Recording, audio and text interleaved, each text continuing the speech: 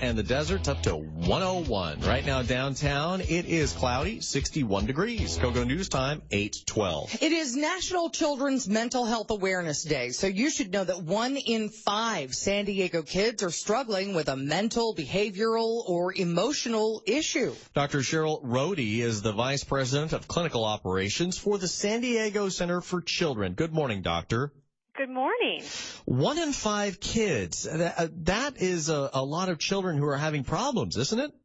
It is. When you think about an average classroom of 30 students, that's 6 children in each classroom. So it's someone that we know. It's someone in our family. We're in contact with kids every day who need extra help.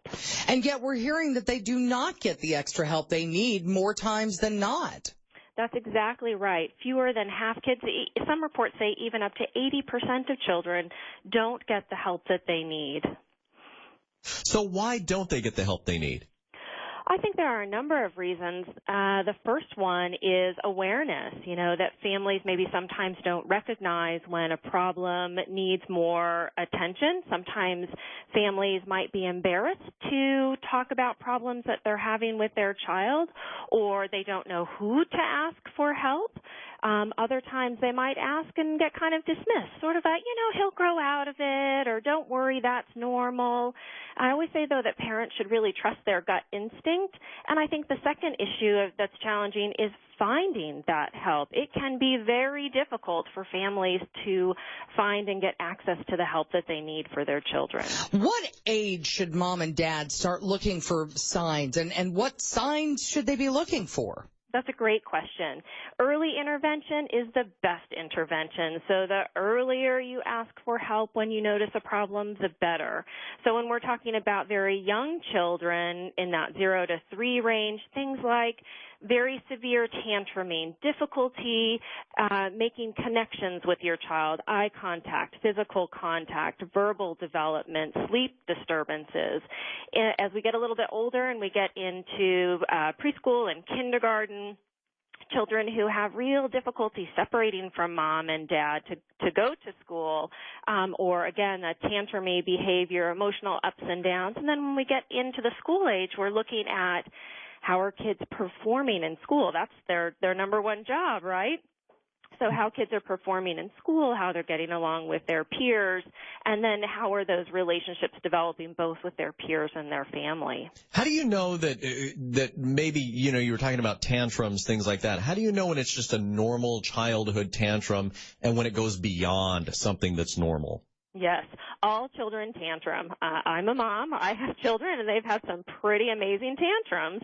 What we're looking for are tantrums that are very intensive, to the level of a child maybe harming themselves, a child who tantrums multiple times a day for long periods of time, tantrums that can't be soothed, tantrums that make you as a parent just feel exhausted. Again, listening to your parent instinct, boy, this is more than I can handle. That's when you need to ask for help. Now, where do parents go for help if they realize their kids are showing signs of mental illness?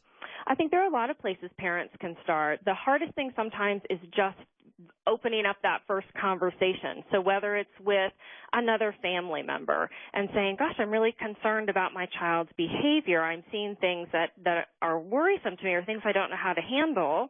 Just starting that conversation for some parents is the place to start.